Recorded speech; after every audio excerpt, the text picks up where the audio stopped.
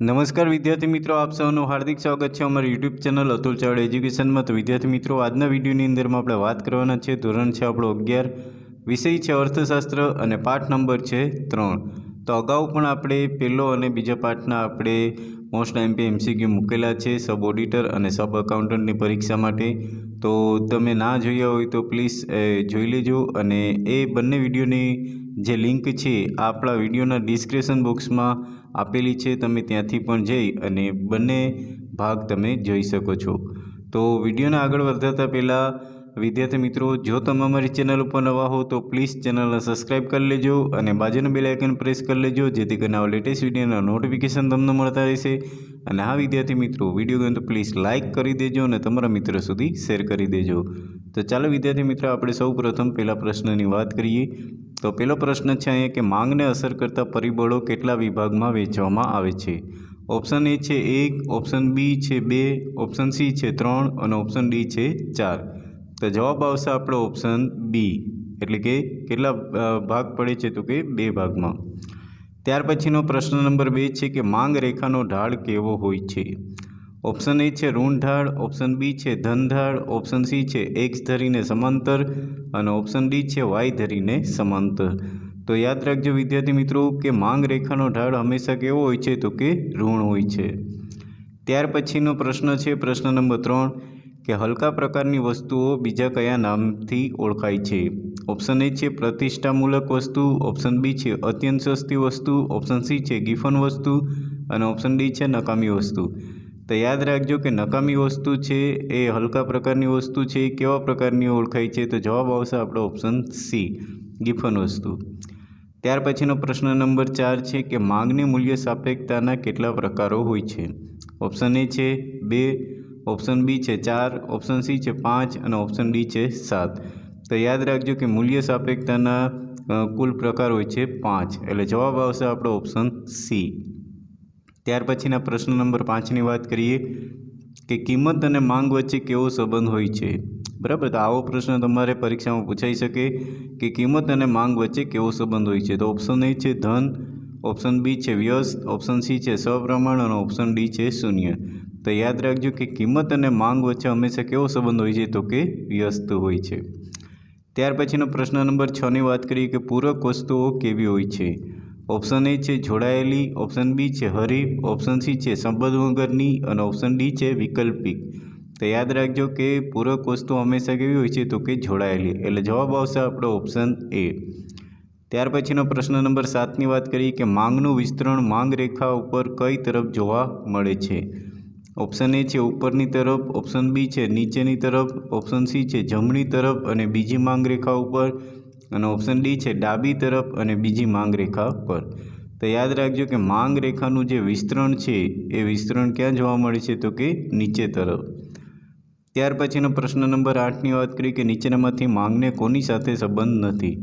Option A છે ચોક્કસ સમય, ઓપ્શન બી છે ચોક્કસ કિંમત, ઓપ્શન સી છે ગ્રાહક સાથે અને ઓપ્શન ડી છે પુરવઠા સાથે। તો વિદ્યાર્થી મિત્રો યાદ રાખજો કે માંગને કોની સાથે સંબંધ નથી? તો કે એનો જવાબ આવશે આપણો ઓપ્શન સી, ગ્રાહક સાથે। ત્યાર પછીના પ્રશ્નની વાત કરીએ પ્રશ્ન નંબર આપણે 9 કે માંગનો નિયમ કોણે આપ્યો છે? તો ઓપ્શન એ છે આપણે એડમ સ્મિથ, ઓપ્શન બી છે આલ્ફ્રેડ માર્શલ, ઓપ્શન સી છે રોબિન્સ અને ઓપ્શન ડી છે કેન્સ। તો યાદ રાખજો કે માંગનો નિયમ કોણે આપેલો છે? તો કે આલ્ફ્રેડ માર્શલ। ત્યાર પછીનો પ્રશ્ન છે આપણે પ્રશ્ન નંબર 10 કે વસ્તુની કિંમત ખૂબ ઊંચી હોય તો ધનિક વર્ગ દ્વારા થતી પ્રતિષ્ઠા મૂલ્ય ધરાવતી વસ્તુની માંગ કેવી હોય છે? તો ઓપ્શન એ છે વધુ, ઓપ્શન બી છે ઓછી, ઓપ્શન સી છે શૂન્ય અને ઓપ્શન ડી છે ઋણ। તો જવાબ આવશે એનો ઓપ્શન એ, કે જ્યારે વસ્તુની કિંમત ખૂબ ઓછી હોય તો ધનિક વર્ગ દ્વારા થતી પ્રતિષ્ઠા મૂલ્ય ધરાવતી વસ્તુની માંગ કેવી હોય છે? તો કે વધુ હોય છે। ત્યાર પછીનો 11મા પ્રશ્નની વાત કરીએ કે વસ્તુની માંગ ઉપર સૌથી વધુ અસર કરનાર નિર્ણાયક પરિબળ કયું છે? ઓપ્શન એ છે વ્યક્તિગત આવક, ઓપ્શન બી છે વસ્તીનું પ્રમાણ, ઓપ્શન સી છે વ્યક્તિની અભિરુચિ અને ઓપ્શન ડી છે વસ્તુની કિંમત।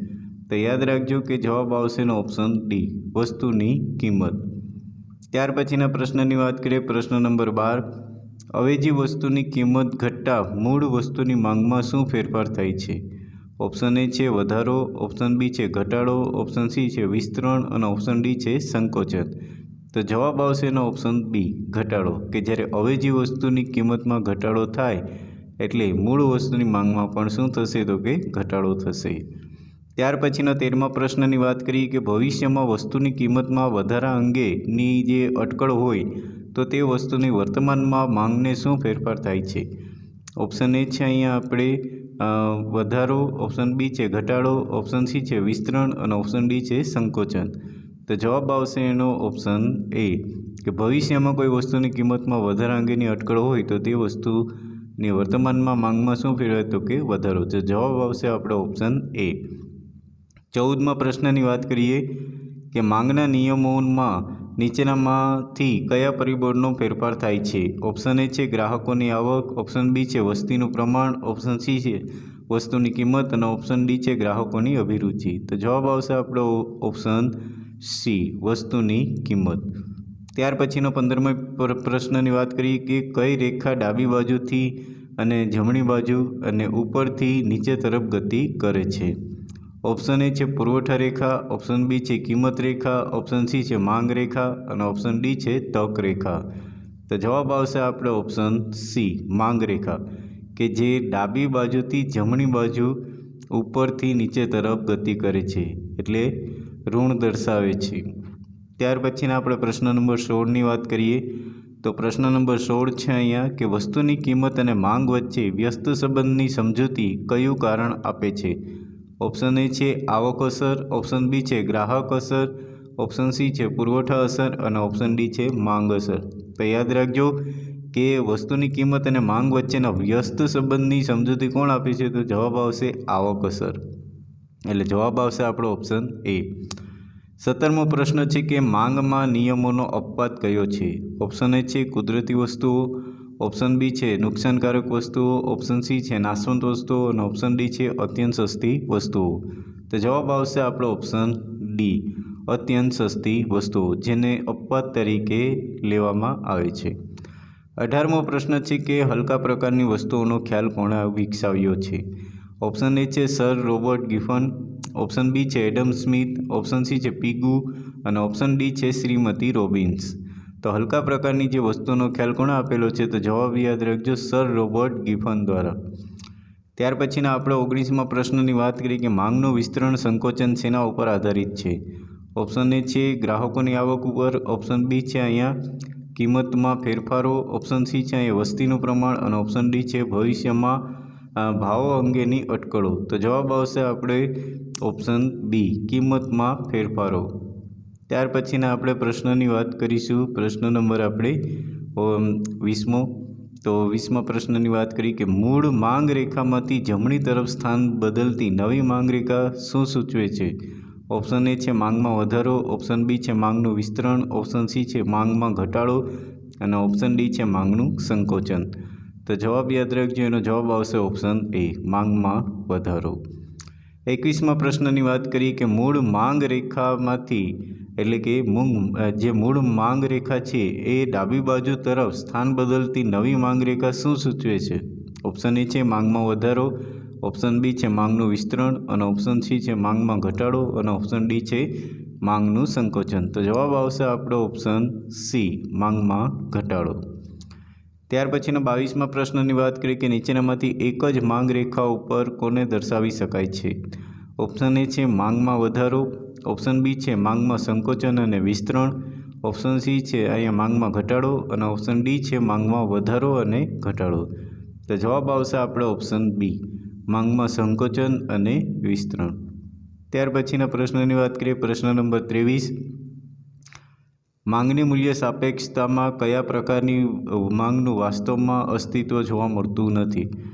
ઓપ્શન એ છે સંપૂર્ણ મૂલ્ય સાપેક્ષ માંગ, ઓપ્શન બી છે એકમ મૂલ્ય સાપેક્ષ માંગ, ઓપ્શન સી છે મૂલ્ય અનપેક્ષ માંગ અને ઓપ્શન ડી છે મૂલ્ય સાપેક્ષ માંગ.